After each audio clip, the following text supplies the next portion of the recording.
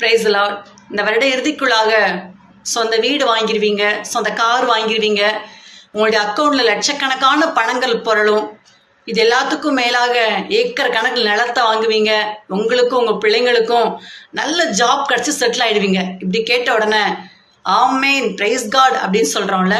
நாம் இதைத்தான் நம்ம ஆசீர்வாதம் நினச்சிட்டு இருக்கோம்ல. இது நம்மளுடைய ஆசை, நம்மளுடைய இச்சை. இந்த உலகத்தில் வாழ்கிறதுக்கு உண்டான காரியங்கள் நம்ம யோசிச்சுட்டே இருக்கோம். வேதம் எதை ஆசீர்வாதம்னு சொல்லுது தெரியுமா? ரோமருக்கு எழுதின புஸ்தகம் 2ஆம் அதிகாரம் 4ஆம் வசனம் இப்படியாய் சொல்லுகிறது, அவருடைய தயவு, அவருடைய பொறுமை, அவருடைய நீடிய சாந்தம் இவைகளின் ஐஸ்வர்யத்தை அசட்டை பண்ணுகிறாயோ அப்படின்னு சொல்லப்பட்டிருக்கு. நம்மளை படைச்சவருடைய குணங்கள் என்ன? பரிசுத்தர், நியாயாதிபதி, நீதி செய்கிறவர், கிருபை உள்ளவர், இரக்கம் உள்ளவர், பொறுமை உள்ளவர், நீடிய சாந்தம் உள்ளவர். இப்படி அவருடைய குணங்கள் நம்ம அடிக்கிட்டே போகலாம். அவருடைய பிள்ளையா இருக்கிற உங்களுக்கும் எனக்கும் இதே குணங்கள் இருந்துச்சுன்னா இதுதான் ஆசீர்வாதம். வேதம் இப்படிதான் சொல்லுது.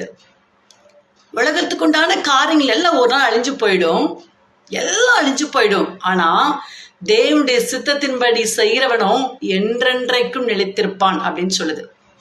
நீங்களும் நானும் தேவனுடைய சித்தத்தின்படி செய்கிறோம் அப்படின்னு சொன்னா நம்ம நிலைச்சிருப்போம். இதுதான் நம்முடைய ஆசீர்வாதம்.